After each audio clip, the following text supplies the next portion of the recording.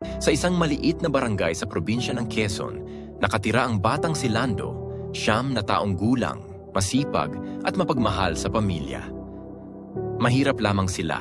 Ang kanyang amay isang magsasaka at ang inay naglalabada para sa mga kapitbahay.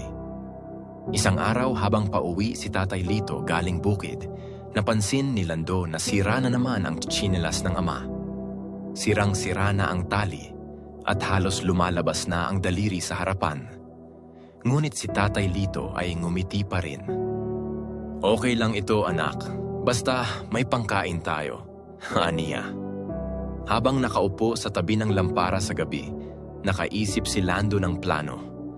Nagtago siya ng ilang barya mula sa baon, nag-ipon sa loob ng ilang linggo, at tinulungan pang magbuhat ng mga ani ng kapitbahay para lang madagdagan ang kita.